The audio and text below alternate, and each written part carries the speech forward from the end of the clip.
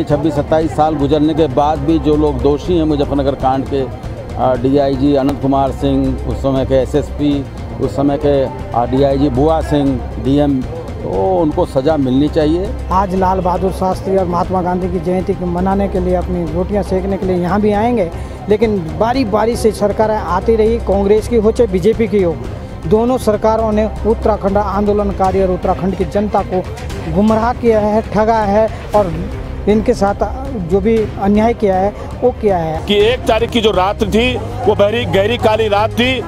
42 से ऊपर शहादतें इस राज्य के लिए दी गई। तो तमाम तरीके से जो हमारा साथ को कुठाराघात हुआ, मातृशक्ति को अपमानित तक होना पड़ा, वो रात हम नहीं भूल सकते।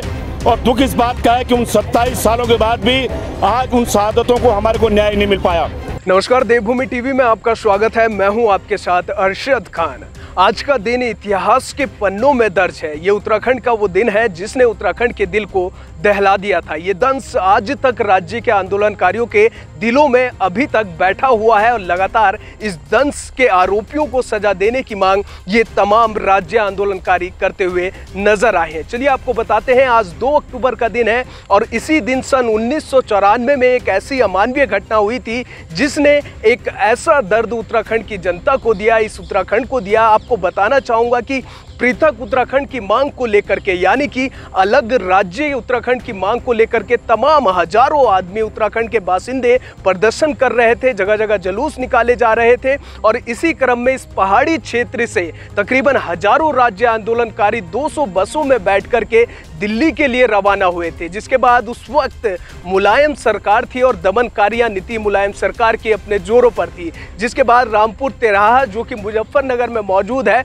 वहां पर पुलिस प्रशासन से सामना हुआ इन 200 बसों में बैठे हुए तमाम राज्य आंदोलनकारियों का। उनमें महिलाएं भी थी, बच्चे भी थे, बूढ़े भी थे, बुजुर्ग भी थे। उसके बाद शुरू होता है वो सिलसिला जिसने उत्तराखंड में इस दिन को आज इतिहास के पन्नों में दर्ज कराया है और इस दंश को आज तक उत्तराखंड झेल रहा है। उन तमाम राज्य आंदोलनकारियों पर पुलिस ने लाठियां भांजी, गोलियां चलाई। उस दौरान काफ़ी सारे राज्य आंदोलनकारियों की शहादत भी हुई। उन्हीं की याद में आज तमाम राज्य के आंदोलनकारी और पूरा प्रदेश उत्तराखंड आज उनको श्रद्धांजलि देता है, उनकी शहादत को नमन करता है। क्योंकि आज जिस पहाड़ी राज्य में आप खुली सांस ले रहे हैं, ये कहीं ना कहीं उन तमाम शहीदों की शहादत का ही फल है, जिसकी वजह से आज एक अलग उत्तराखंड बना हुआ है। आपको बताना चाहूँगा, कहीं ना कहीं वो राज्य आंदोलनकारी आज भी सरकार की नीतियों के सामने मजबूर हैं, क्योंकि जो आरोपी इस पूरी घटना के पीछे हैं वो आज भी खुले हैं। और सबसे बड़ी बात यह है कि तमाम सरकारों ने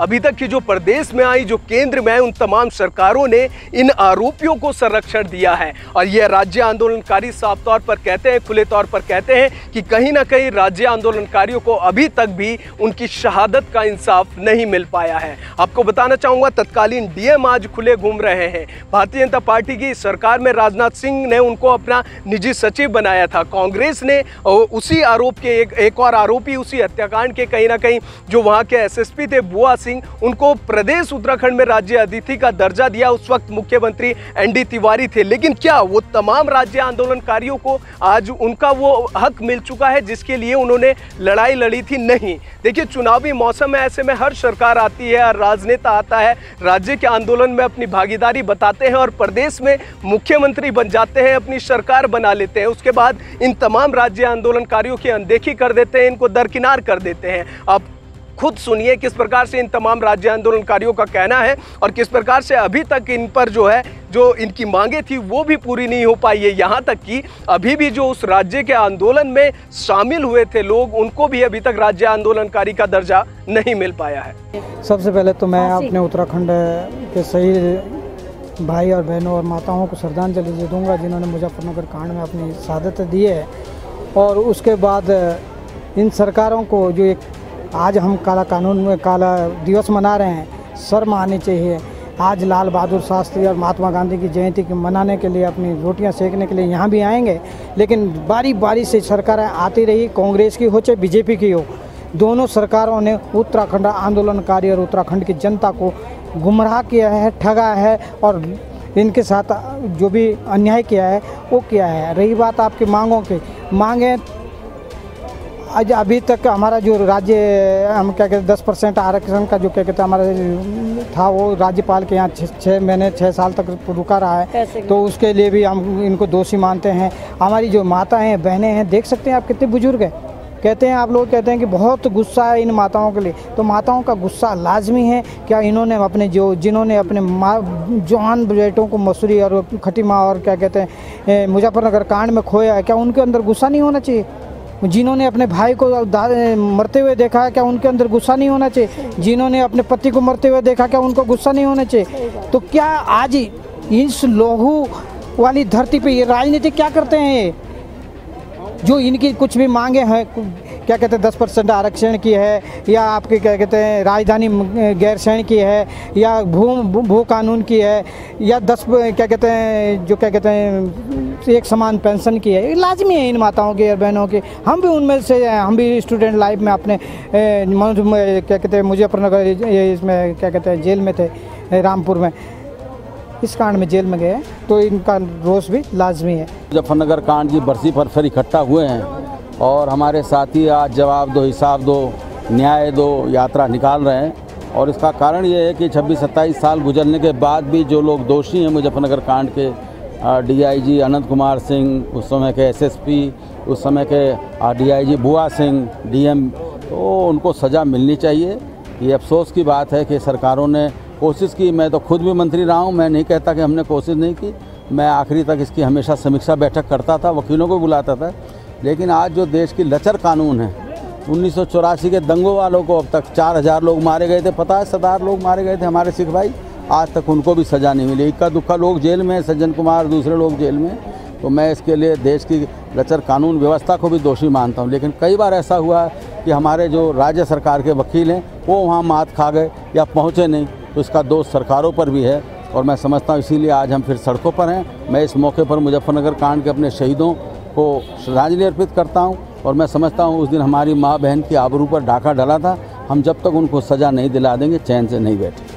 देखिए, आज तमाम पूरे राज्यवासी ही नहीं, तमाम राष्ट्रीय अंतर्राष्ट्रीय स्तर पर भी जो इस उत्तराखंड राज्य आंदोलन के इतिहास को जानते हैं, आज का दिन बड़ा एक कहीं ना कहीं जो राष्ट्रपिता महात्मा गांधी और लाल बहादुर शास्त्री की जन्म शती का है, वहीं हमारे लिए ये काला इतिहास बन के आया कि 1 तारीख की जो रात थी वो गहरी काली रात थी।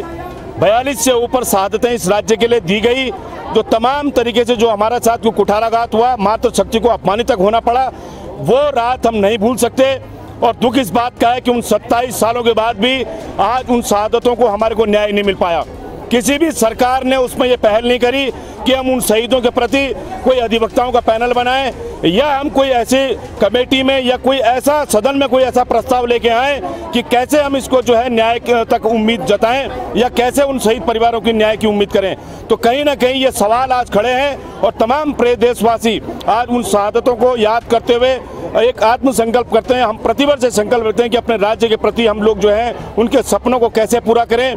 इन राज्य आपके माध्यम से मैं ये संदेश देना चाहता हूं, उन पितृशक्ति से जो है मैं आशीर्वाद मांगता हूं कि हमारे जनप्रतिनिधियों को इतनी सद्बुद्धि दे कि वो हमारी राजधानी तय करें, वो हमारे प्रदेश के प्रति अपनी संवेदनाएं लेके आए, उन सपनों के प्रति, रोजगार के प्रति, पलायन के प्रति। आज भी 21 साल बाद हमारे राज्य अनुकारों को अपनी पहचान के लिए लड़ना पड़ रहा है। इससे बड़ा दुर्भाग्य क्या होगा। मैं केवल इतना ही कहना चाहूँगा कि आज पुनः एक बार संकल्प लेने का अवसर है कि हम उन शहीदों को न्याय दिलवा पाएं और हम अपने कार्य में अपने राज्य के प्रति निष्ठा दिखा पाएं। 21 साल का इतिहास है, जब भी राज्य में प्रतिनिधि बनने का अवसर आया, मुख्यमंत्री बनने का अवसर आया, टिकट लेने का अवसर आया, किसी भी दल में सबने अपने आप को आंदोलनकारी बताने का प्रयास किया, दिखाने का प्रयास किया, अपने चिन्हीकरण के लिए हमसे किस प्रकार से फोनों पर दुर्व्यवहार किया, सामने आने में उन्हें शर्म आती है। लेकिन जैसे ही वो राज्य आंदोलनकारी का प्रमाण पत्र लिया, अपने बायोडाटा में लगाया और जहां वो प्रतिनिधि बने, लेकिन उस सदन के अंदर जाके राज्य आंदोलनकारियों के नाम पे उन्हें सांप सूंघ जाता है, उन्हें शर्म आने लगती है, वो मौन हो जाते हैं। ये कहीं ना कहीं ये सवाल आज पूरी तमाम प्रदेश की जनता पूछ रही है। और जब आपाधापी मची रहती है चुनाव की, तब प्रत्येक मुख्यमंत्री से लेकर विधायक तक अपने आप को आंदोलनकारी बताने लगता है। अपने आप कई विधायक, कई मंत्री आज भी राज्य आंदोलनकारियों की सम्मान पेंशन ले रहे हैं और मिलनी भी चाहिए जिन्होंने संघर्ष किया। हम उसके विरोधी नहीं हैं, लेकिन आप उस आखिरी पायदान पे खड़े आंदोलनकारियों को नकार नहीं सकते, जिसने इस रोजगार के लिए, पलायन के लिए, पृथक राज्य के लिए अपनी शहादत दी थी। उसके लिए उनको पहचान करना, उनको पहचान दिलाना भी उनकी उतनी ही नैतिक जिम्मेदारी है जिस जनता ने उनको सदन तक पहुंचाया है। जबकि सदन में मंत्री झूठा बयान देके पूरे प्रदेश की जनता को तो गुमराह कर ही रहे हैं, आंदोलनकारियों को भी गुमराह करने का काम कर रहे हैं। तो ये कहीं ना कहीं आत्ममंथन का विषय है, उसमें उनको आत्ममंथन करना चाहिए, आत्मचिंतन करना चाहिए कि आप जितने भी पैमाने बनाए, जितने भी मानक बनाए, वो ट्रांसपेरेंसी के साथ बनाएं, ताकि एक एक आदमी से लेके आंदोलनकारी ही नहीं, प्रत्येक रोजगार से दृष्टि से लेके आंगनबाड़ी है, बेरोजगार है, तमाम प्रदेश की जो घटनाएं हैं, इन चीज़ों को लेके उनको मूल मंत्र लेके, सुझाव लेके उस पर इम्प्लीमेंट करना चाहिए। हमें लेना होगा। इस देश के अंदर इंसाफ नहीं मिलता है। इस देश का जो कानून है, संविधान है, उस पे तो हमको विश्वास ही नहीं कर सकते। आज 27 साल पूरे होने वाले हैं। अब तक हमारे जो जितने भी रामपुर तराई कांड है, चाहे मसूरी कांड है, चाहे खटीमा कांड है, चाहे सिलेंट टापू कांड है, एक भी न्याय नहीं मिला है। हमारी कोई भी मांगे आज तक नहीं मानी गई है। ना तो हमको मतलब ये कि हमारा 10% आरक्षण जो था वो माना गया, ना समान पेंशन मानी गई है। और कोई भी इस प्रकार से जो भी सरकारें आती हैं, ये खाली हम लोगों को गुमराह करके बुला के मीटिंग करा के भूल जाती है। तो मुख्यमंत्री जी ने 2 बातें उन्होंने रखी कि मैं 9 नवंबर को आप लोगों की बातों को मानूंगा, ये तय किया है। हमारे अध्यक्ष जी हैं, प्रदेश अध्यक्ष धीरेन्द्र प्रताप जी, और ये महिला हमारे प्रदेश अध्यक्ष हैं चिन्हित राजेंद्र की। तो मुख्यमंत्री जी को हम धन्यवाद देंगे इस बारे में कि उन्होंने हमारी 2 बातों के लिए 9 नवंबर तक उन्होंने तय किया है। हम 9 नवंबर भी इंतजार करेंगे, जहाँ पर इतने साल इंतजार किया उतने भी इंतजार करेंगे।